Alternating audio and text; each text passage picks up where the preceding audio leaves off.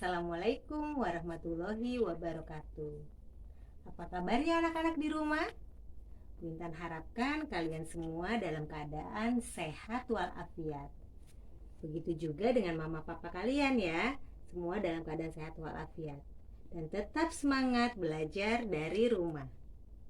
Nah, anak-anak, kali ini kita masuk subtema 2, kebersamaan dalam keberagaman. Kali ini kita masuk pembelajaran 1. Bu Intan akan menjelaskan materinya. Kalian perhatikan baik-baik ya. Simak baik-baik video penjelasan dari Bu Intan berikut ini.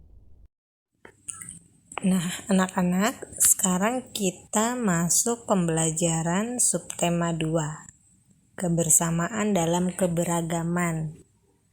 Sekarang kalian buka bukunya di halaman 75. Dibuka bukunya ya. Oke, kita masuk pembelajaran 1 di subtema 2 ya anak-anak. Simak baik-baik penjelasan dari Bu Intan. Sebelumnya kamu sudah banyak belajar tentang indahnya keberagaman budaya Indonesia.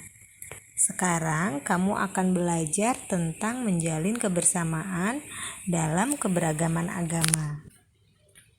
Ya, sebelumnya jadi kemarin kamu sudah belajar tentang indahnya keberagaman budaya Indonesia.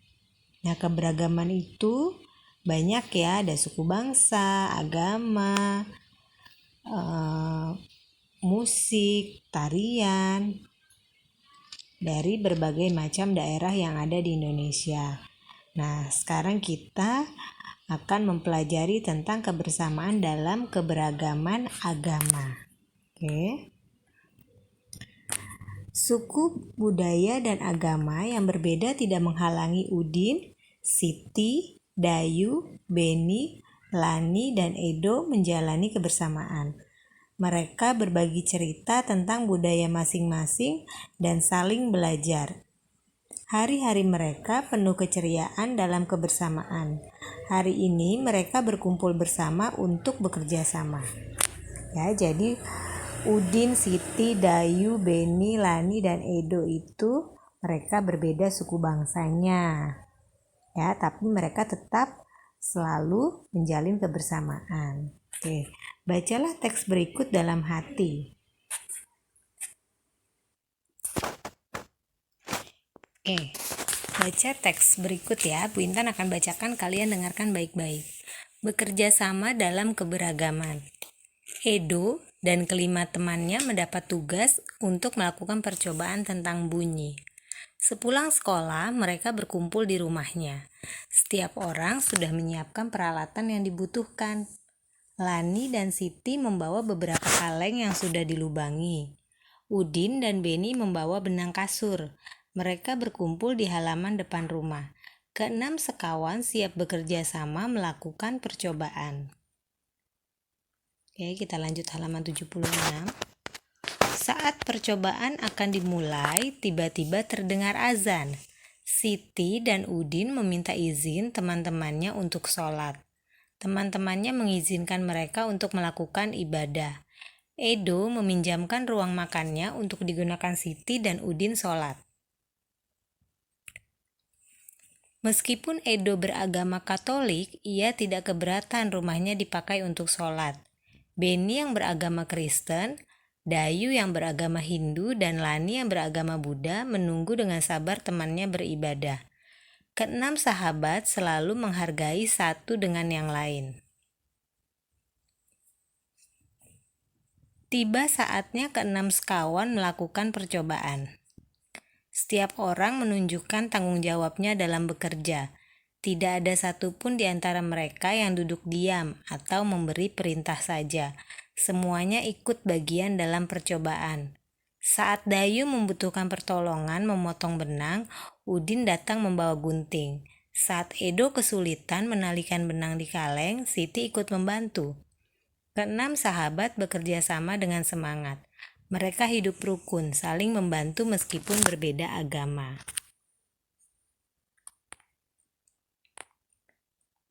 Nah, bacalah setiap paragraf dan tulislah gagasan pokok dan gagasan pendukungnya pada diagram yang telah disediakan. Kalian masih ingat ya gagasan pokok dan gagasan pendukung itu? Nah, sekarang kalian baca ulang kembali setiap paragrafnya.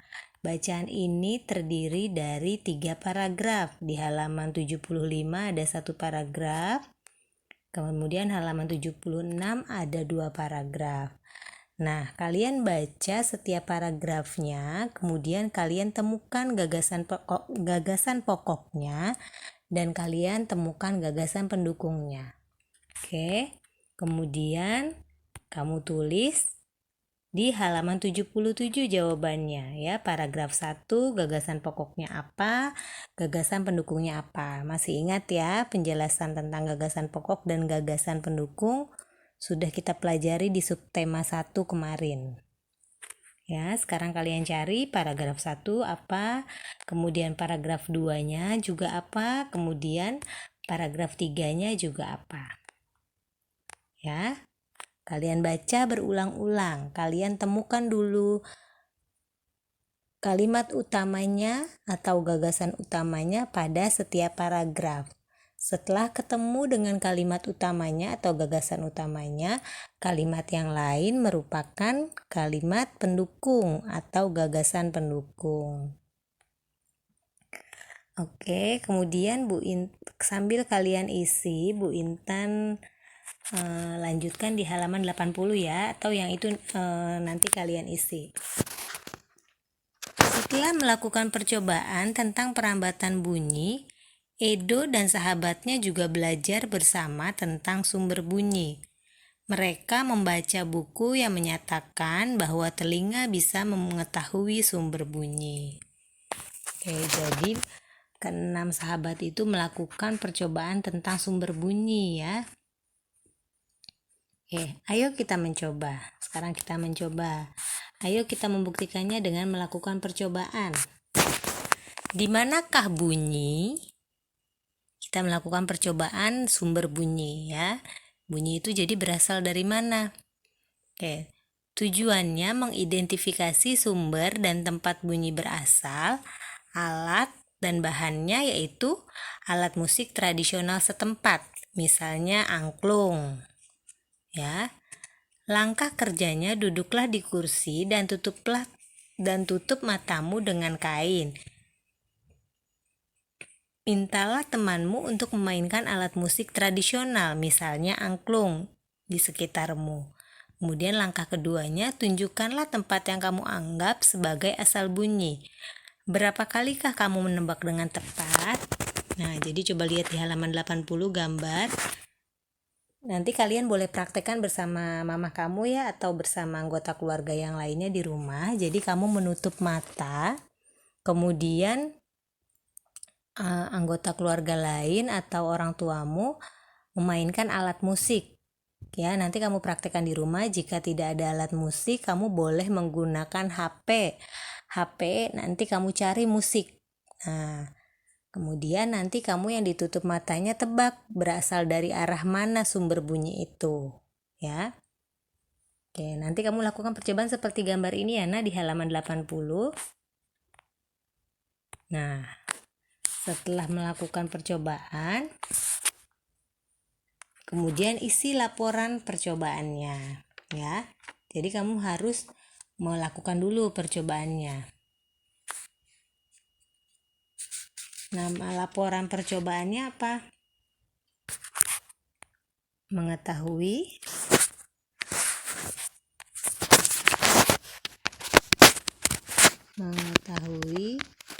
asal sumber bunyi.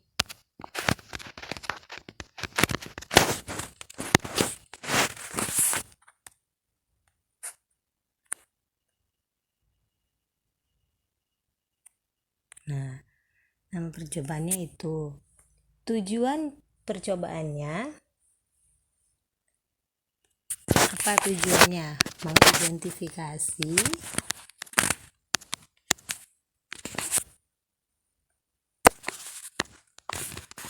sumber bunyi dan tempat berasal. Nah, jadi tujuannya dilakukan percobaan ini untuk mengidentifikasi sumber bunyinya dan tempatnya berasal dari mana arahnya, ya. Oke. Alat dan bahannya, alat musik.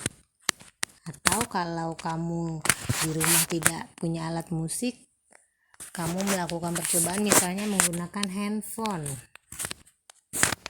Ya, nanti handphonenya dicari suara musik ya.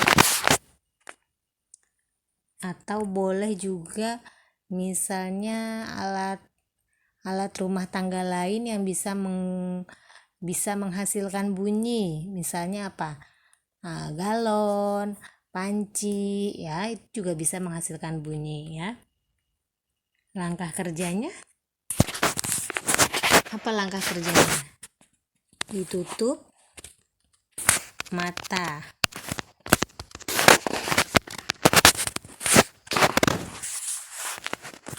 Ditutup mata. Kemudian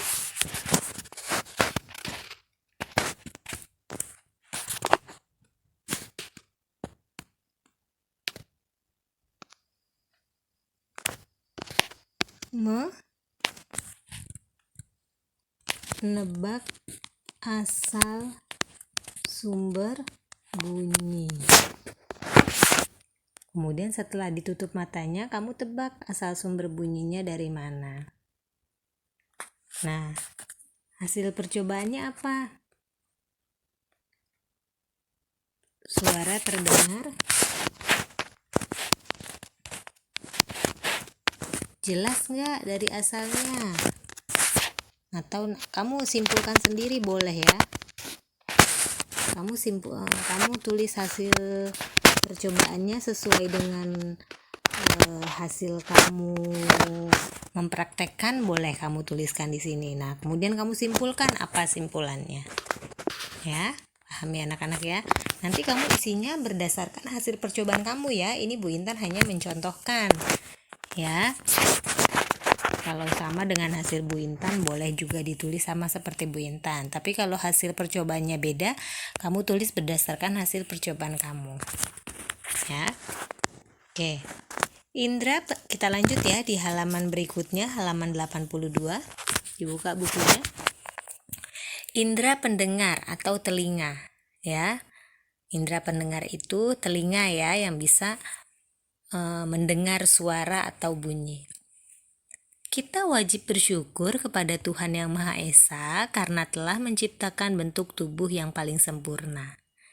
Jadi bersyukur kita kepada Tuhan Yang Maha Esa, kita diciptakan menjadi manusia dengan tubuh yang sempurna. Salah satunya adalah kita diberi indera pendengar atau telinga. Ya, jadi kalau kita tidak punya telinga, kita tidak bisa mendengar ya. Makanya kita bersyukur kita diberikan indera pendengar ya dengan baik, dengan berfungsi baik, sehingga kita bisa mendengar segala sesuatu yang mengeluarkan bunyi. Coba kalian bayangkan kalau kalian tidak punya telinga, kita tidak bisa mendengar ya. Dengan menggunakan indera ini, kita bisa mendengar berbagai suara, seperti kicauan burung, suara air mengalir, dan musik. Apa saja bagian dan fungsi indera pendengar? Nah, jadi di dalam telinga ini ada bagian-bagiannya. Kalian sudah mengetahuinya belum? Nah, bagian-bagiannya itu ada fungsinya masing-masing. Nah, hal apa yang perlu kita lakukan untuk merawatnya? Mari kita pelajari lebih jauh. Nah, jadi ini adalah gambar indera pendengar atau telinga. Nah, ini ada bagian-bagiannya ya, Bu Intan jelaskan. Kalian perhatikan.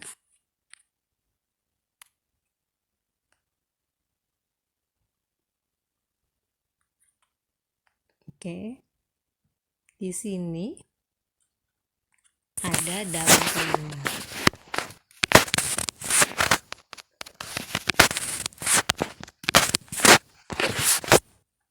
Nah,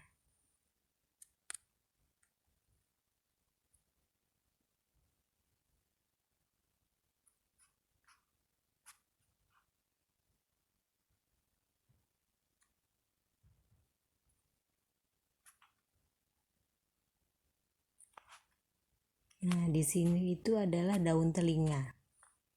Ya. Ibu Intan kasih panah ya. Ini daun telinga. Fungsinya, nah karena ini kalau Bu Intan tulis di sini nggak muat sepertinya ya fungsinya.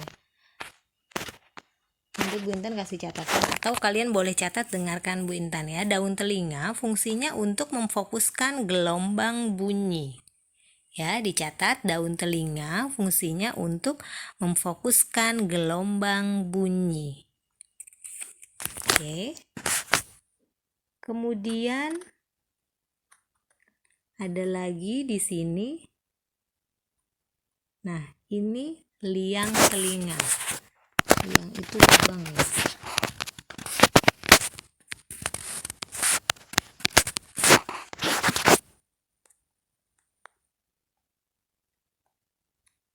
Nah, liang telinga. Fungsinya, dicatat fungsinya liang telinga. Liang telinga fungsinya tempat masuknya bunyi. Jadi bunyi itu masuk melalui liang telinga. Oke, kemudian ada apa lagi?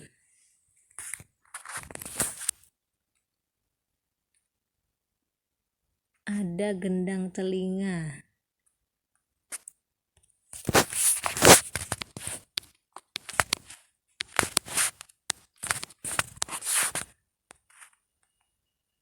Nah, di sini gendang telinga.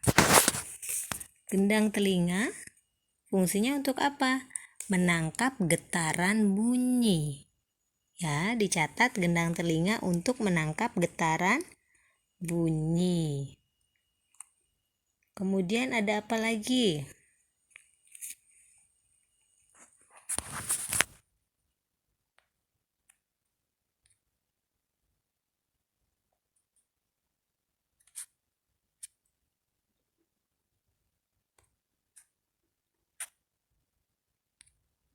Di sini ada saluran Eustachius.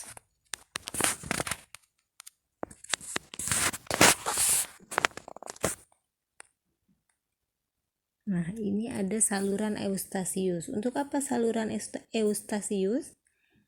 Untuk menyesuaikan tekanan dalam telinga dengan di luar. Ya, Bu Intan ulangi. Fungsinya saluran Eustachius untuk menyesuaikan tekanan dalam telinga dengan di luar. Jadi menyesuaikan tekanan dalam dengan di luar. Ya, sudah dicatat. Kemudian ada lagi rumah siput.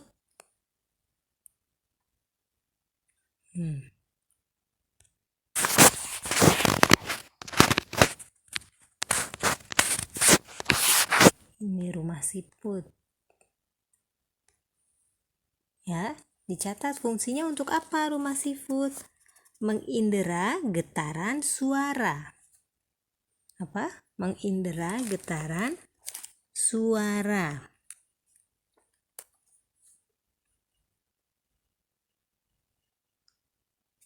Kemudian ada apa lagi?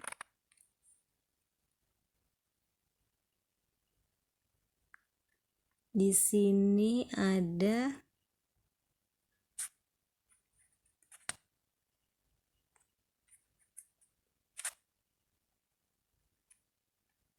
nih, namanya 3 tulang pendengaran.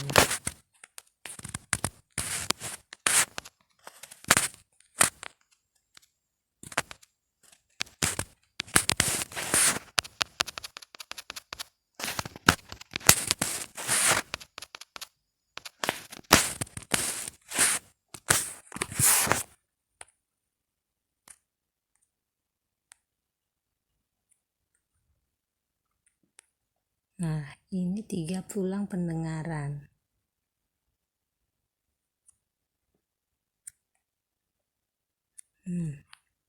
Ini 3 tulang pendengaran. 3 tulang pendengaran itu apa aja? Terdiri dari 3 tulang itu martil,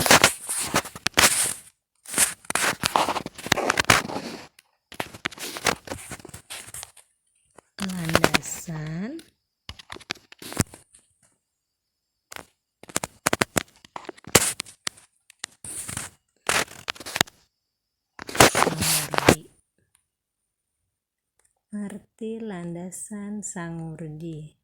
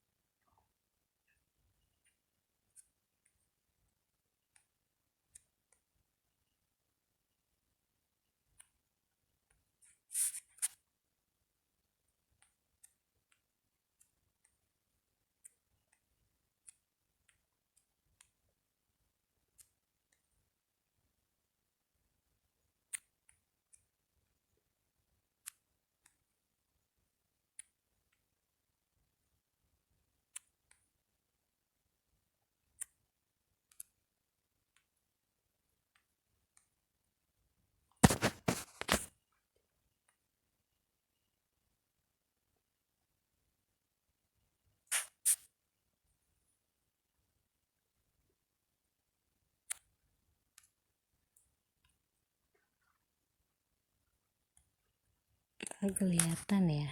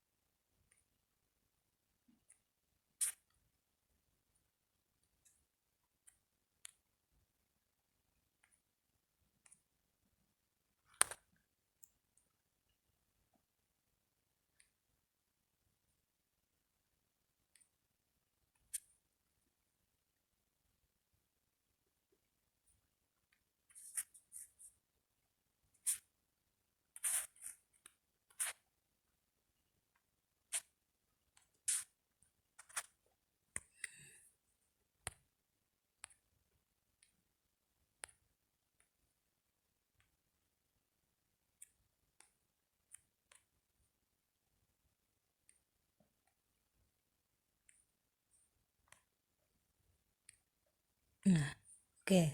Jadi 3 tulang pendengaran itu martil, landasan, dan sangurdi.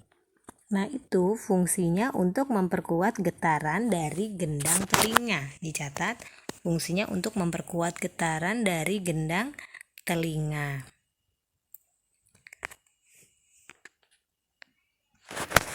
Oke, ini ya anak-anak ya, kalian catat semuanya ada daun telinga, liang telinga, gendang telinga, saluran eustachius, rumah siput, dan 3 tulang pendengaran. Oke, sudah diperhatikan? Oke. Nah, kemudian lanjutkan ya. Bagaimana telinga merasakan getaran? Semua bunyi membuat udara bergetar. Getaran bunyi mengenai gendang telinga yang berupa selembar kulit tipis. Saat itulah gendang telingamu juga mulai bergetar.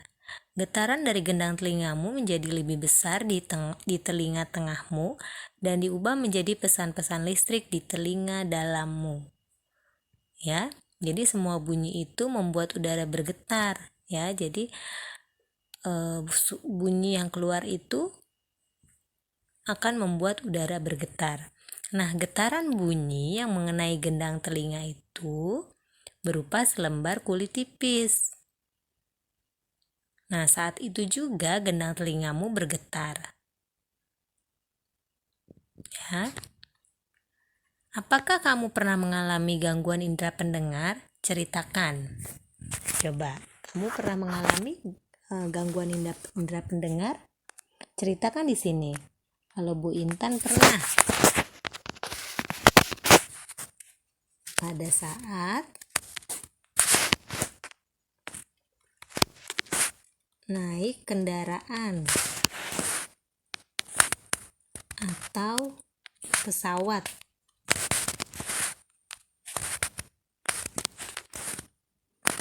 Ya, dari tekanan rendah, dari dataran rendah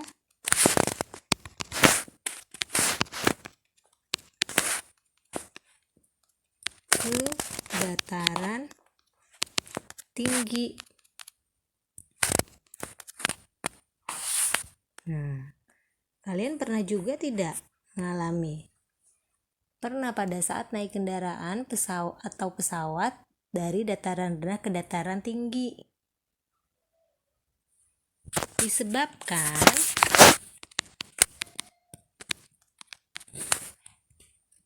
karena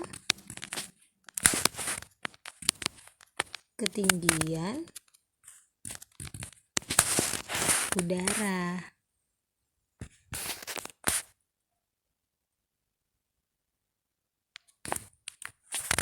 Atau tekanan udara. Ya. Jadi kalau kita naik pesawat atau kita berada di ketinggian, pasti itu tekanan udaranya itu berubah. Nah, kalau tekanan udara berubah dari tekanan rendah ke tekanan tinggi, itu pasti kita ada gangguan telinga kita itu pendengarannya seperti kayak berdengung.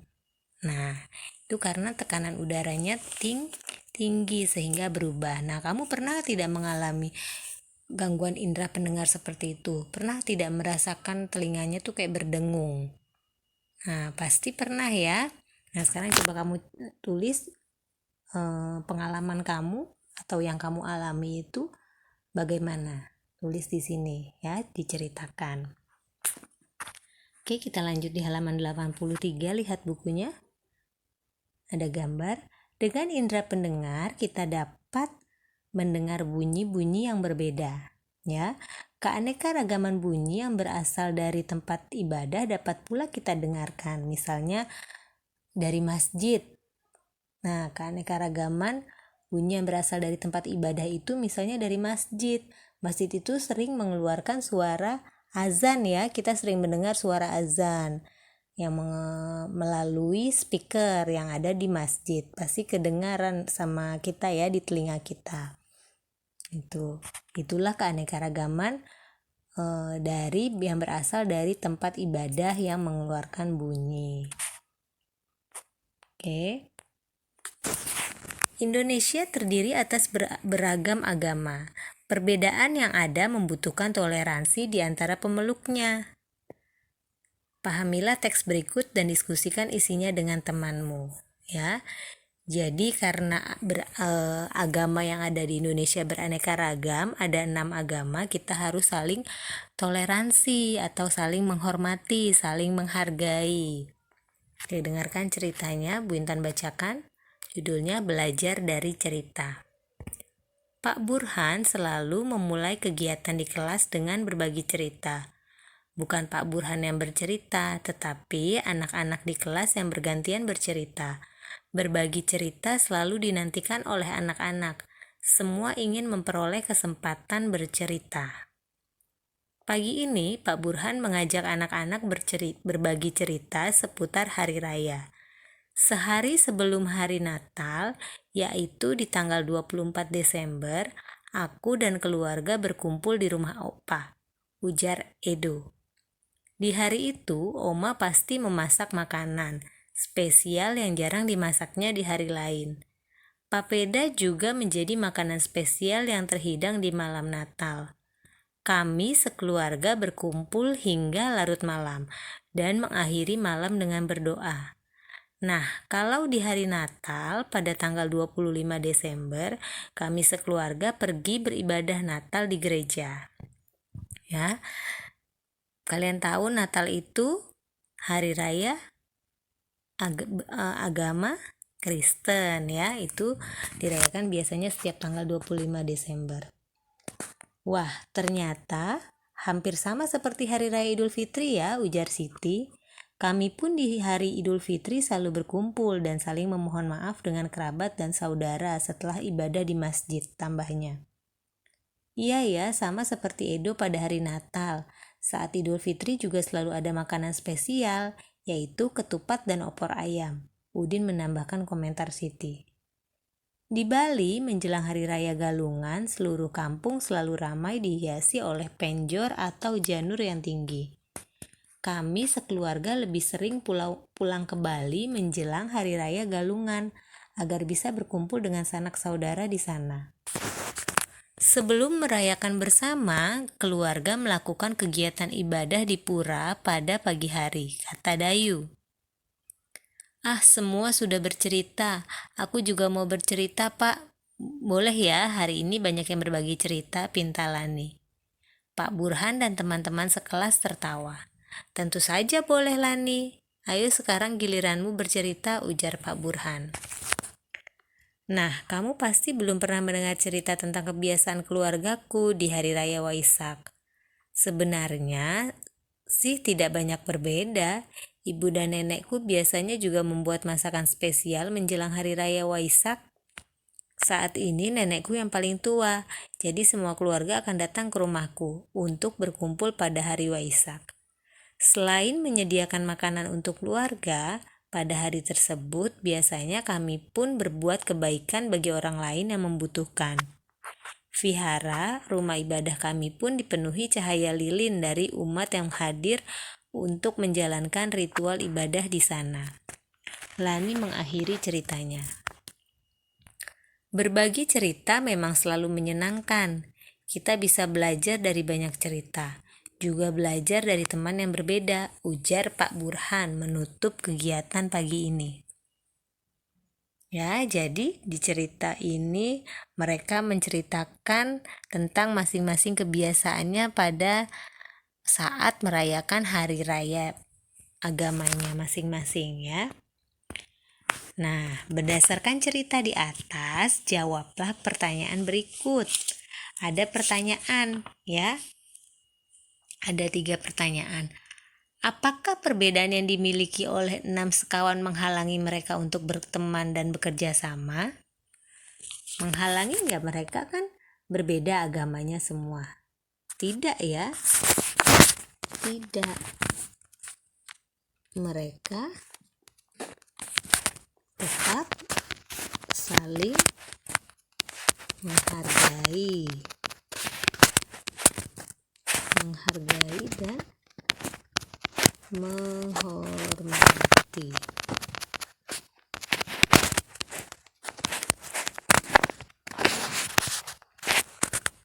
Tidak, mereka tetap saling menghargai dan menghormati. Nah, yang pertanyaan kedua, bagaimana sikapmu jika kamu bermain dengan teman yang berbeda agama? Nah, bagaimana sikapmu jika kamu bermain dengan teman yang berbeda agama? Di kelas kan ada ya yang beragama Islam, ada juga yang beragama Kristen. Nah, sikap kamu bagaimana kalau kamu bermain dengan berbeda agama? Silakan dijawab ya. Tidak pilih-pilih, tetap bermain bersama, ditulis di sini. Ya, kemudian nomor 3, ceritakan pengalamanmu memiliki teman yang berbeda agama. Perbedaan apa yang kamu ketahui? Bagaimana sikapmu terhadap perbedaan tersebut? Silakan dijawab di sini.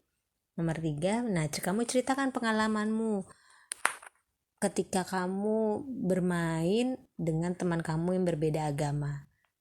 Apa perbedaannya yang kamu tahu? Ya. Kemudian bagaimana sikapmu?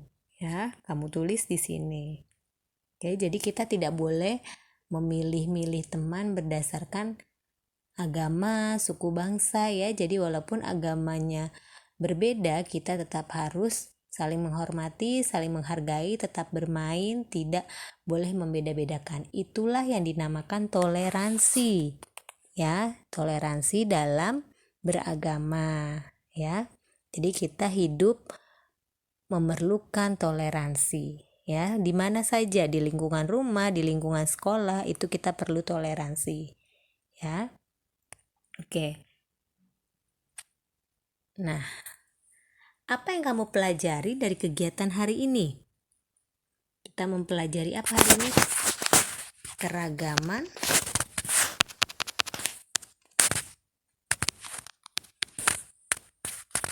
Hari Besar Agama. Ya, tadi kita sudah mengetahui ya, ada beberapa hari besar agama ya. Nomor 1 yaitu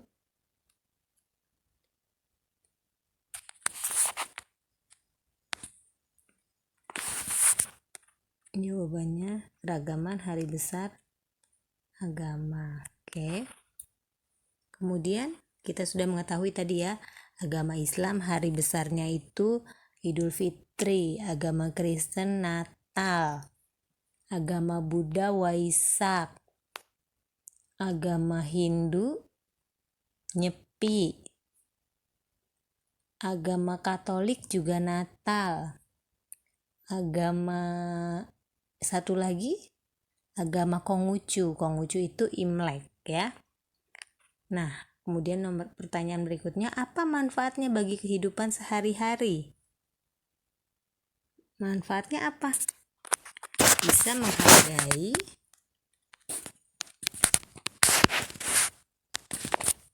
Bisa menghargai perayaan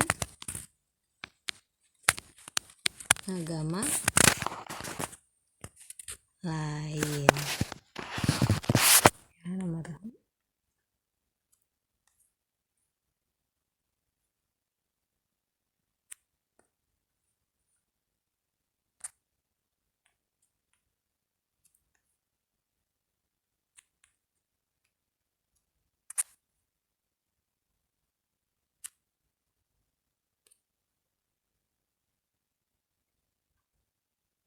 Oke.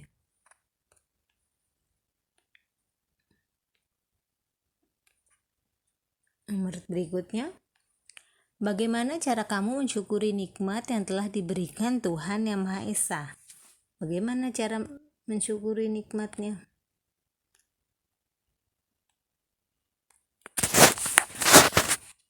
Dengan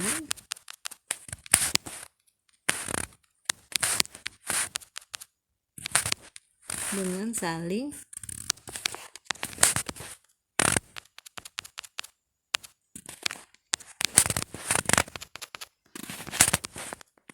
mencintai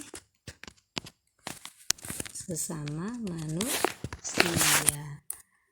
Cara mensyukurinya apa? Dengan saling mencintai sesama manusia.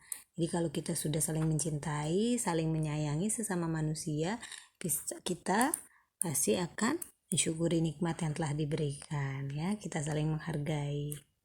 Nah, kerjasama dengan orang tua, diskusikan dengan orang tua mengenai contoh-contoh kerukunan dalam keragaman agama di sekitar rumahmu.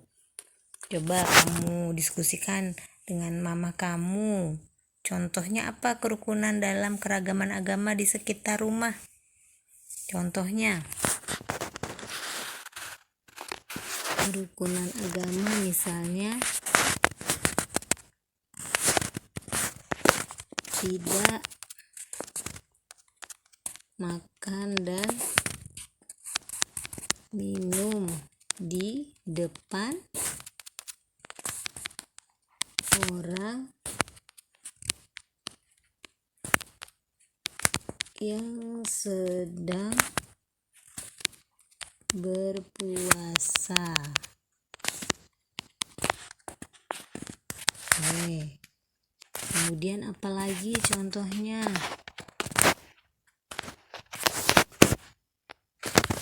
Contohnya apalagi? Satu lagi Bu Intan kasih tahu. Pada saat hari raya Nyepi, untuk agama Hindu ya, Nyepi,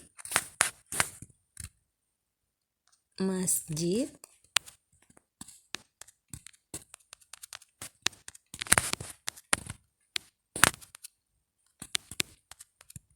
tidak boleh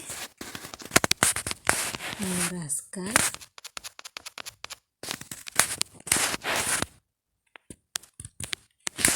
suara. Jadi misalnya kalau ada yang kalau ada nyepi, kalau ada yang sedang merayakan hari raya Nyepi, itu kita tidak boleh mengeraskan suara, mengeluarkan suara keras, karena kalau Nyepi agama Hindu itu semuanya harus benar-benar sepi, tidak boleh ada suara apapun. Jadi walaupun itu masjid tidak boleh mengeluarkan suara keras, misalnya suara azannya tidak dinyalakan mic-nya ya. Jadi kita itu namanya saling menghormati, saling menghargai keberagaman agama ya. Nah, demikian anak-anak pembelajaran 1 kita hari ini. Besok kita lanjutkan di pembelajaran 2. Ya, demikian yang kita pelajari hari ini. Kalian ulang kembali, kalian isi latihannya, kalian baca ceritanya ya, diulang-ulang kembali. Kita lanjut besok di pembelajaran 2. Baik anak-anak, demikian tadi penjelasan materi dari pembelajaran kita hari ini. Nah, sekarang kalian sudah mengetahui bagaimana cara mensyukuri nikmat yang diberikan oleh Tuhan Maha Esa. Salah satu contohnya, kita bersyukur telah diciptakan oleh Tuhan Yang Maha Esa dengan tubuh yang sempurna. Seperti kita bersyukur kita diberikan alat indera pendengar, kita bisa mendengarkan dengan baik dengan telinga kita yang sempurna. Kita bisa melihat dengan baik karena kita sudah diberikan indera penglihatan. Nah, demikianlah tadi anak-anak. Semoga apa yang Bu Intan berikan hari ini bermanfaat untuk kalian semua. Tetap semangat belajar dari rumah. Salam sehat selalu.